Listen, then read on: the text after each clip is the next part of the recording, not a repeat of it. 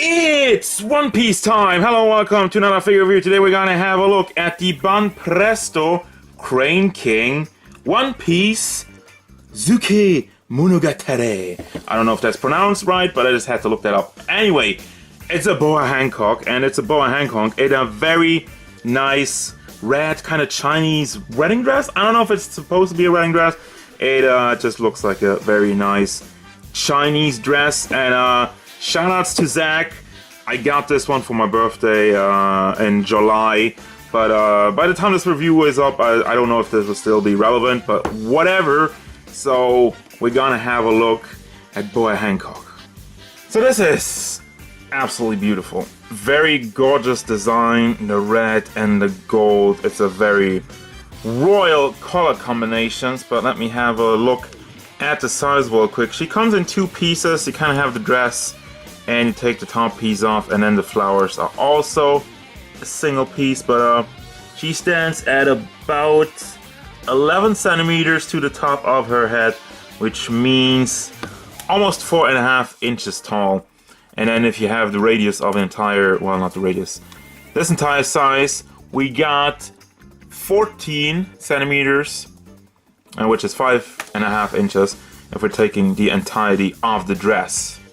Now looking at the fine detail, the hair goes a little bit to the side. She has the one mole under her nice blue eyes, and she does have the big golden earrings, the snake earrings. Hair is nicely molded, it just goes down straight with a little bit more frizziness going on at the end, at the tips basically. Now for the paint job, we have the gold, which in some parts it's just painted on, in other parts it's molded on, but regardless, it is very cleanly done. I'm really impressed by that.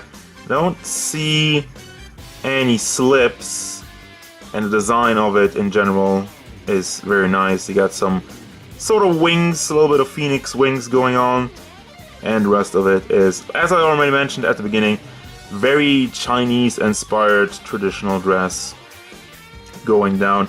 This is molded on. They have some thick black lines going over it for more detail, and I think there's a little bit of shading going on here and there also. As we go down to first the rose bouquet, very nicely molded, looks good. Has a little ribbon at the end over there. It's a bit more of a shiny white. It's really radiant with all the red going on. Really sticks out. I love it.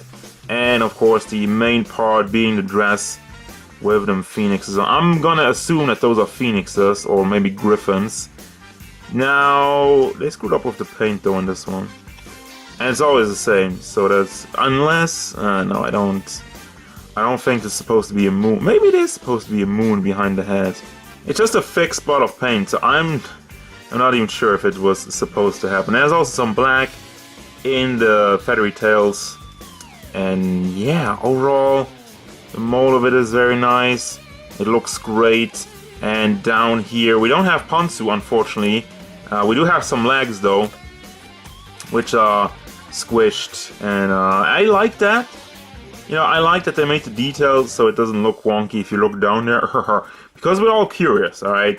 And the fact that they made it flat is also better, so she stays on there and doesn't slip around too much. I mean, I a little bit had the problem with the Mega House, with the figures that are in the swimsuits. They have the rounded legs, and it's kind of hard to stabilize everything if you have completely round legs and whatnot.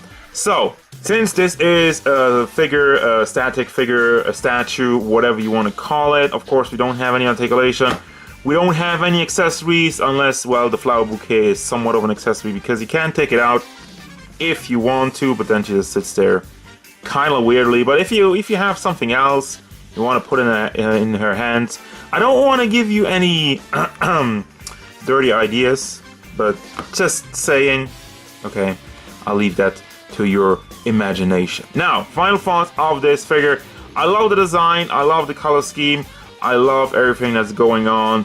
The only thing that's just weird to me is the thick spot of gold around the phoenix hat. That's probably a big misstep, but it's weird to me because everything else looks very clean, goes really nice along the line.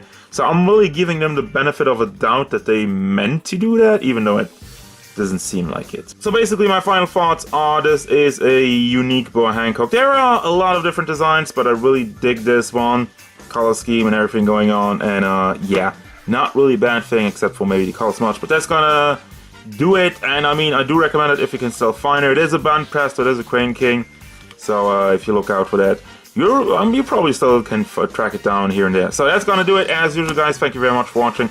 Don't forget, if you enjoyed this review, hit it up with a like and subscribe to the channel so you can stay tuned for more figure reviews, gameplay stuff, and whatever Boa Hancock wants.